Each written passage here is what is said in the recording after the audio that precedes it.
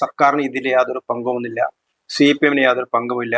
ആരൊക്കെയാണോ ചുമതല ഏൽപ്പിച്ചത് അവരത് ചെയ്തില്ല, അവർ കുറ്റം ചെയ്തു, അവരെ ഞങ്ങൾ ശിക്ഷിക്കുന്നു എന്ന് വരുത്തി തീർക്കാനായിരിക്കാം ഒരുപക്ഷെ ഈ തരത്തിലുള്ള വാർത്തകൾ വരെ, അത് ജനങ്ങളെ അറിയിക്കാൻ വേണ്ടിയായിരിക്കാം ഈ കയ്യാമം വെച്ച വാർത്തയും തറയിൽ കിടന്ന വാർത്തയൊക്കെ ഒരുപക്ഷെ പുറത്തേക്ക് പോകുന്നത്. എന്തു തന്നെയായാലും അയ്യപ്പന്റെ കോപമുണ്ട് എന്ന് തന്നെയാണ് ഭക്തന്മാർ വിശ്വസിക്കുന്നത്.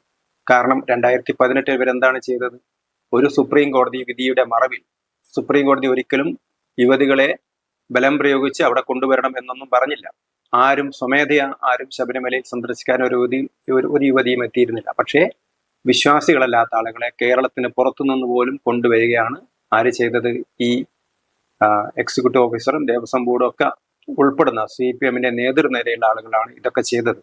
അവരുടെ പരിപാടികൾക്കെതിരായിട്ട് ജനങ്ങൾ പരസ്യമായിട്ട് രംഗത്തിറങ്ങി, സ്ത്രീകളൊക്കെ രംഗത്തിറങ്ങി, സാധാരണ പൊതുരംഗത്തൊന്നും വരാത്ത സ്ത്രീകൾ വരെ സമരവുമായി രംഗത്തിറങ്ങി. പന്തളത്ത് ഒരാൾ മരിക്കുന്ന സ്ഥിതി വരെ ഉണ്ടായി. ആയിരക്കണക്കിന് പേരാണ് സമരരംഗത്തിറങ്ങിയത്. സമരത്തിന് വന്ന ആളുകളൊക്കെ തല്ലിച്ചതക്കിയാണ് പോലീസൊക്കെ ചെയ്തത്.